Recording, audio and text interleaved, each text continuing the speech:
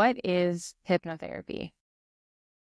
In the simplest terms, what is hypnotherapy? It's a heightened state of awareness. I'm going to tell you what it's not. It's not a stage show in Las Vegas. It's not something that you've seen on television. It's called hypnotherapy. And what we do is we reframe the perception of the subconscious mind. And the subconscious mind rules your life. So we adults become what we learned as children. So anything you have learned any time in your life, the subconscious mind stores, which is why if you can speak a language or drive a car, use a knife and fork, whatever, walk, run, your subconscious mind remembers how to do it. So it remembers how to think and how to react. And again, it rules your life. So whatever you're doing in your life, your subconscious has learned, and you're going to continue playing it out until a hypnotherapist goes in and speaks to that subconscious mind directly, which is, holistic approach. We change the way you think at the subconscious level, so you stop playing out the behavior, including thoughts that you no longer want to hold on to. It's just a heightened state of awareness. Most people don't end up going into la la land, and most people don't say, oh, I don't have control of myself. You're totally aware of what's going on. You may even be thinking, hey, what's for dinner tonight? Then you're relaxed. Did I lock the black door? Then you're relaxed. That's really what it is. Some people will say, oh, I wasn't hypnotized. Meanwhile, they're hypnotized, especially the analytical. The analytical is going to be so busy trying to figure out what we're doing and thinking it doesn't work. But the funny thing is, it's very subtle. And psychiatrists, psychologists, nurses, doctors, they also train in this field because they know that it works. Talk therapy is great, but until you get it into the subconscious mind, most likely you're going to continue to play out the same behavior. So we, through hypnotherapy, are going to reframe the perception of the subconscious mind. So you start thinking and behaving, we've broken those unhealthy patterns in a way that makes you feel better about yourself. What is it that you want to accomplish? That's what we help you do. Does that make sense? Yeah, the word that's coming to me that I would love for you to break down a little bit more is the perception. What is an example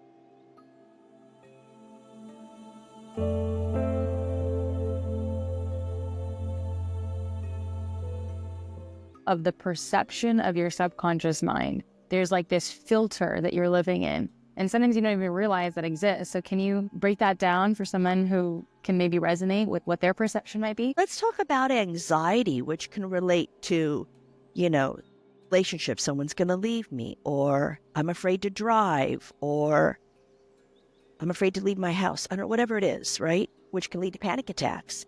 It's like you're wearing this veil. You learned to be afraid somewhere. We adults become what we learned as children. Sometimes, you've had this perfect life, and which I don't see very often, but let's say sometimes people have had a perfect life, right? Which is great for those who do. Let me tell you. And everything's great, but then something bad happens. The subconscious mind is going to remember it, okay? Or you haven't had a great life, and the subconscious mind, we adults become what we learned as children, remembers that. So when you look at life, your outer reality's perception of your inner reality, what's happening is you have this veil, and you see the world as fearful, right? Your subconscious mind is saying, oh, don't do that. You're going to get hurt. Oh, you better be afraid that person's going to leave you. No. It's not safe to drive a car or fly in an airplane, whatever the story is, right? We all have different stories. Oh, you better not speak in public because you're not good enough. Something's going to happen. And you're looking through this veil, and it's crazy because you know what? The veil can be this thick where you can't see anything except your own thoughts, what your subconscious mind has written down, right? And that's what happens. That's how you live.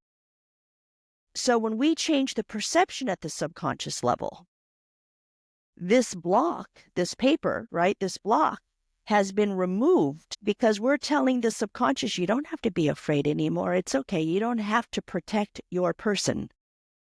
We can call it the adult self, not the inner child that went through a lot of trauma, or somebody that had a perfect life again that, God forbid, got into some type of accident is afraid. Subconscious mind, you don't have to be so afraid anymore because there's a lot of good things in life, and more good things are coming, and everything isn't bad. And your past doesn't define your here and now, let alone your future. And you can go ahead and rest and take a break. Go on a vacation. I don't know. What do you want to go do in your life? And then it's going to feel so relaxed that now the veil that you are looking through, that heavy, dense veil, has been lifted. And then you can see more clearly. So the world, it truly isn't such a scary place. Typically, we see when it happens over and over and over again, it's because it's what you perceive to happen, so you attract it. Your mind will seek out the destruction that it thinks it knows is going to happen. And what does that do? It creates more anxiety because it keeps reiterating, confirming to the subconscious mind that it's right to protect you because it is afraid. Right? So we have to go in and change everything at the subconscious level so you don't have to be afraid. And that does not mean that, you're not going to be able to protect yourself. It doesn't mean that, sometimes a normal amount of anxiety isn't bad. Fear sometimes, it keeps us on our toes, but not to the extent that you can't function in your life. A healthy amount is okay. If a saber-toothed tiger is going to come and get you, you might feel afraid. We don't have to worry about that, thank goodness. If you're in New York and you're blindfolded walking in the middle of the street, we may have a little anxiety around that. That isn't normal behavior. We have to protect ourselves, but we want to bring down the fear and the upset, the fire. Does that make sense? Totally. And I think one theme that comes up so often is specifically in relationships. So if you have a filter, this veil that you're constantly living in fear and something bad is going to happen, then you start acting that way. And that version of you in the relationship is like such a icky, like fearful, like always on the verge of rejection, which ultimately leads to rejection. So you do a lot of work with relationships. So talk a little bit about that, I think, because it affects everybody. And whether it's your romantic partnership, your parental relationships, your children, you're going to see that sabotage. So we adults become what we learned as children. And if someone feels that they're not good enough, it's weird how the psyche works. They're going to attract someone. Relationships are mirrors that reflect back to you what you need to heal within yourself. So what's going to happen is you're going to attract someone that doesn't think highly of themselves. So how can they think highly of anyone else, right? Think about that. Like attracts like, belief at its experience. So you're going to attract somebody that treats you the way you think you need to be treated because you're not good enough. You're damaged goods. All these things aren't true, by the way. So you're going to go out there subconscious and you're going to attract somebody that mirrors how you feel about themselves to prove to yourself, oh, I'm not good enough. But what's so interesting is if you can get them to love you and treat you well, it also proves to you that I am good enough. But it's probably not even going to happen because you attracted the wrong person in the first place. The other one is that you could attract this wonderful, incredible person because contrary to popular belief, there's a lot of very good people out there that would never hurt you, that are kind and loving. But when all you see is bad, bad, bad, bad, you think bad, bad, bad, everything in the world looks bad, right? But it's not true.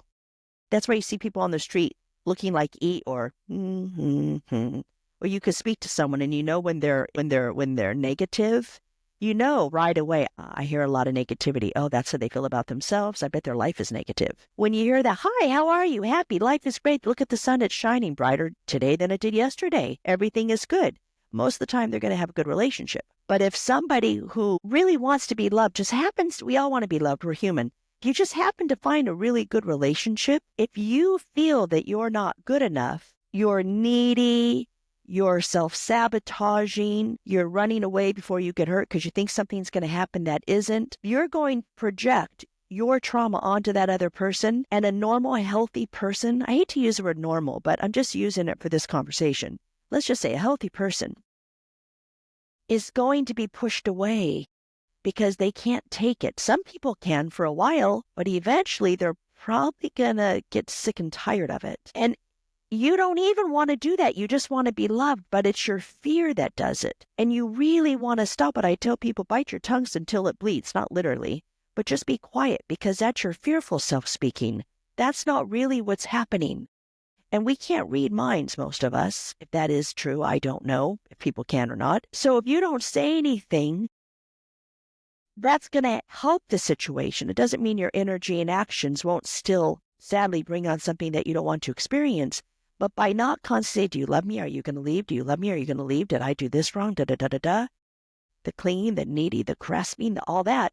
If you watch your words, your words are the house that you live in, right? So if you watch your words, which stem from thoughts, and you don't project them onto the other person, they're not going to catch on as quickly.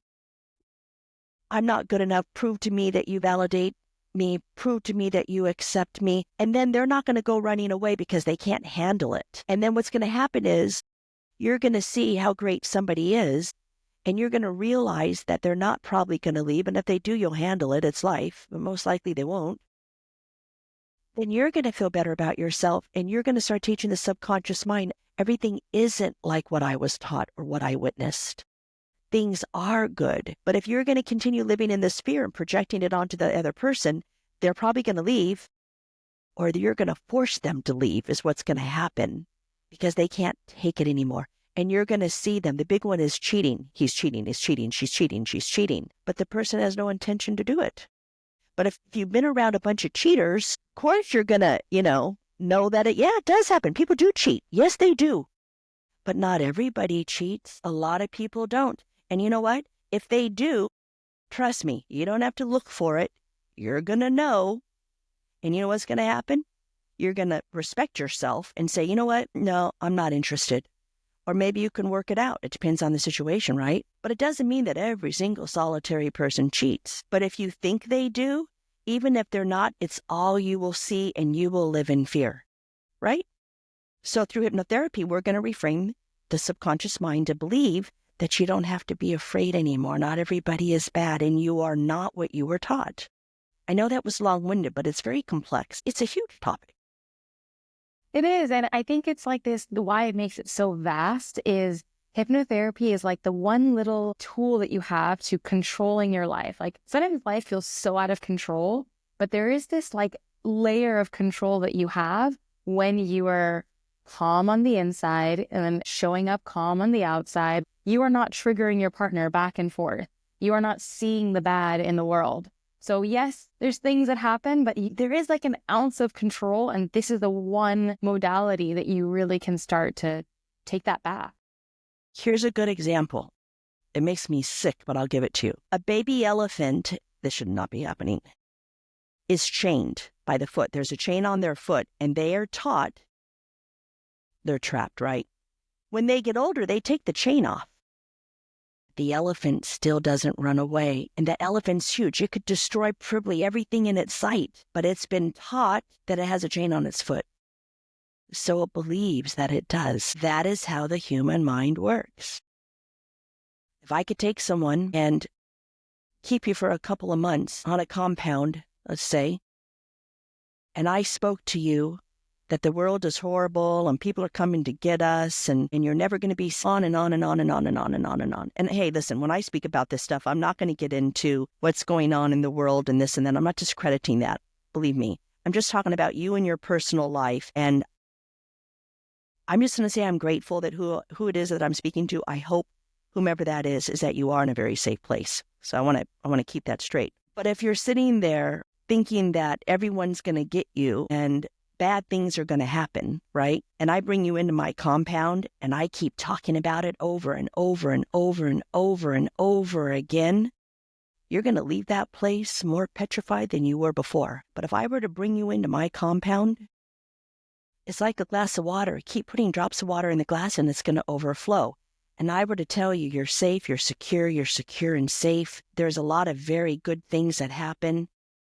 You're comfortable with uncertainty. If something comes up, you're going to trust yourself to have the strength and the wisdom to handle it. And you're going to live in the present moment. And your present moment is good. And if not, let's figure out how to make it good. I will guarantee at this point, unless you have severe psychological issues, right? Then this probably wouldn't be the work for you. You're going to go out into the world with a new perception of things are good.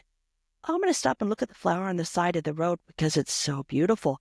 And wow, when I go to a restaurant, everybody's smiling and they're happy and they're talking. It's really fantastic.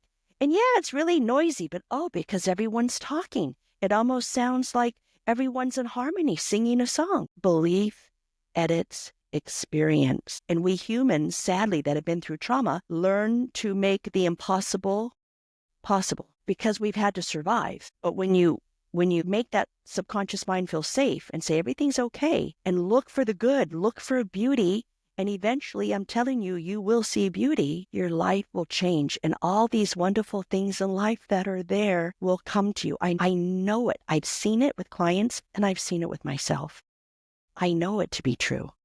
And if you're in a really bad situation, I understand, but let's figure out, how do you get out of it?